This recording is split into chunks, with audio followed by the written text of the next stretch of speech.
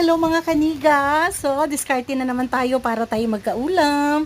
May natira kasi kahapon kami ng paksiw na isda. So, ang ginawa ko ay ating priprituhin para magkaulam tayo, magkalaman ang tiyan.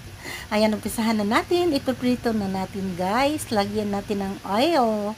Ayan, tsaka ilagay na natin lahat na isda, 4 na bilog. Since kanilang dalawang kakain, so yan lang. Yan lang talaga para magkalaman. Alam nyo ba guys kung anong dapat i-pares nyan? Alam nyo ba? Tingnan, malalaman nyo mamaya.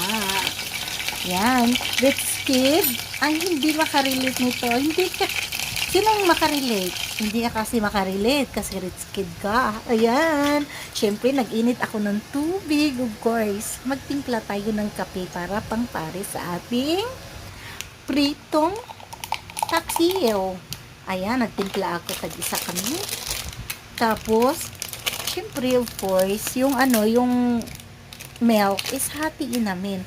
Pero, ayaw magsaba, guys.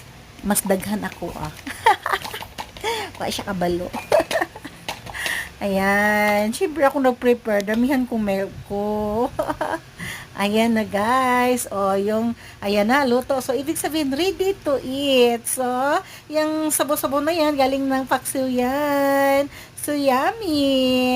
Sinong karilit dyan? Let's eat.